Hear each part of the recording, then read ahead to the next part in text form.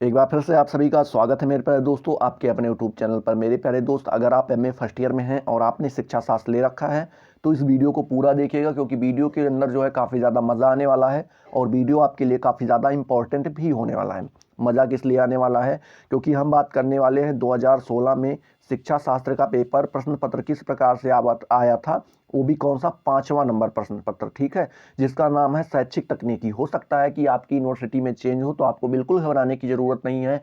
ये आपके प्रश्न पत्र नंबर 2 या 3 में जरूर करके दिया गया होगा, या फिर चौथे में या फर्स्ट में, ठीक है। इन सारी चीज़ों को आपको पढ़ना रहता है, बस प्रश्न पत्र नंबर चेंज कर दिए जाते हैं अलग अलग यूनिवर्सिटीज़ में, ठीक है। चलिए देखते हैं। उसके नीचे जब आपको प्रश्न पत्र मिलता है तो एक नोट करके दे दिया जाता है और कह रहा है कि सभी खंडों के उत्तर निर्देशानुसार दीजिए। आप सभी को पता है कि पेपर को 3 खंडों में बांटा जाता है, खंड आ, खंड बा और खंड सा।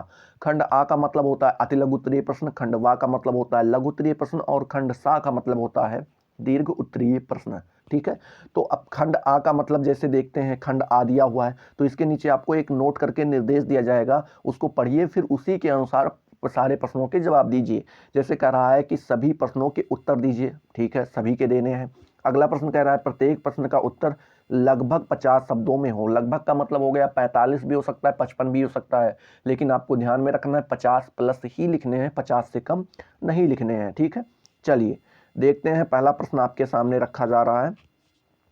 पहले प्रश्न का पहला प्रश्न, कोमल उपागम क्या है, ठीक है।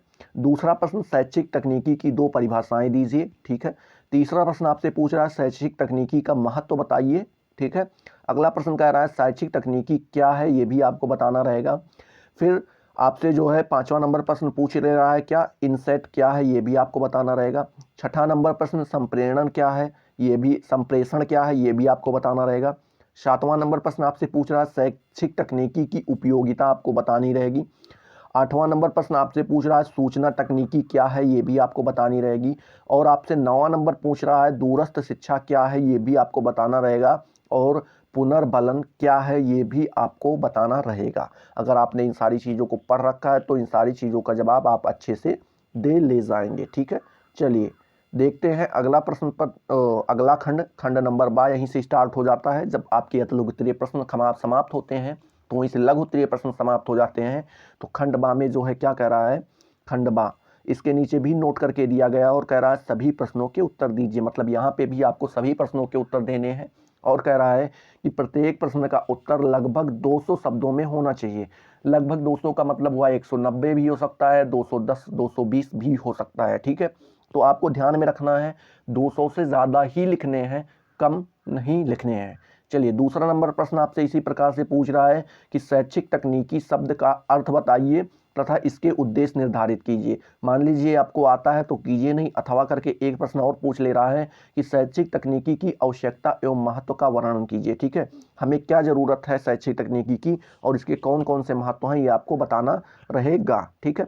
चलिए अगला प्रश्न आपसे पूछ रहा है तीसरा नंबर कि शैक्षिक निर्देश एवं शैक्षिक तकनीकी की तुलना कीजिए। जो शैक्षिक निर्देश हैं और शैक्षिक तकनीकी दोनों में क्या फर्क है, ये आपको बताना रहेगा, तुलना करना रहेगा, कौन सा अच्छा है, कौन सा ठीक है, कौन सा बेटर है, ये आपको बताना रहेगा।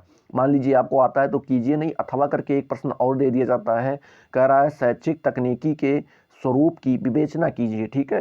शैक्षिक तकनीकी का स्वरूप क्या होना चाहिए, ये आपको बताना रहेगा। चलिए चौथा नंबर प्रश्न इसी प्रकार से आपसे पूछ रहा है कि अभिक्रमित क्या अभिक्रमित अधिगम क्या है, वर्णन कीजिए। मान लीजिए आपको आता है तो कीजिए, नहीं अथवा करके एक प्रश्न और दे दिया जा रहा है। कह रहा है रेखीय अभिक्रमित क्या, रेखीय अभिक्रमित अध्ययन तथा साखीय अभिक्रमित अध्ययन से आप क्या समझते हैं, सदो उदाहरण स्पष्ट कीजिए। दोनों के बारे में आपको बताना रहेगा। 5वां नंबर प्रश्न आपसे इसी प्रकार से पूछ ले रहा है कि संप्रेषण के विभिन्न घटकों की व्याख्या कीजिए। मान लीजिए आपको आता है तो कीजिए, नहीं अथवा करके एक प्रश्न और दे दिया जा रहा है कि कंप्यूटर के विभिन्न भाग कौन कौन से हैं, ये आपको बताना रहेगा।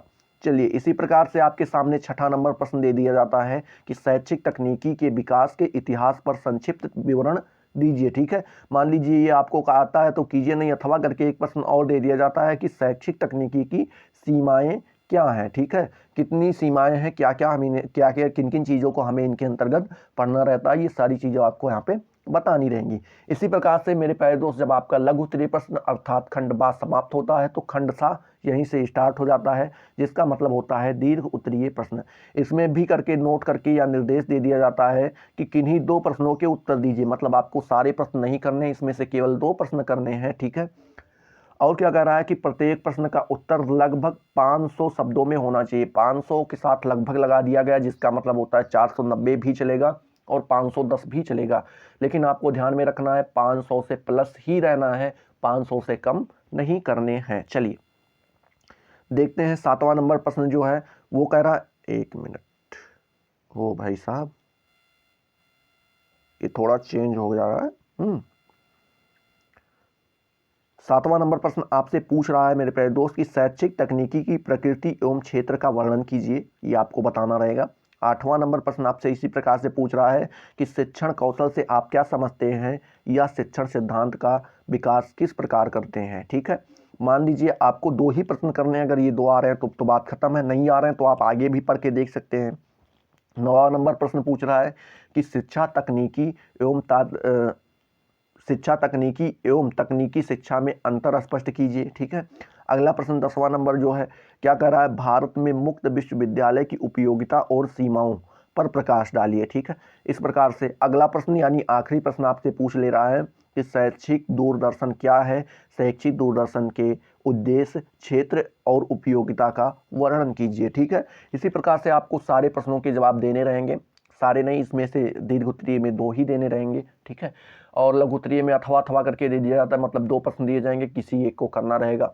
और अति लघु उत्तरीय प्रश्न तो सारे आपको करने ही होते हैं। बाकी प्रॉपर एक वीडियो बनाया जाएगा इसके ऊपर कि कॉपी कैसे लिखी जाए, मैक्सिमम वर्ड कितने आ जाएंगे एक पेज के अंतर्गत, तो इन सारी चीज़ों के बारे में चर्चा करेंगे हम बृहद रूप से। तो चैनल पे बने रहिए। अगर अभी तक आपने चैनल को सब्सक्राइब नहीं किया तो सब्सक्राइब करके ऑल वाला बेल आइकन टच कर लीजिए, अपने दोस्तों के साथ शेयर कीजिए। अगर वीडियो पसंद आ रहा है तो फटाफट लाइक कर दीजिए, ठीक है। चलिए मिलते हैं अगले वीडियो में नए जोश नए टॉपिक के साथ, तब तक के लिए जय हिंद जय भारत।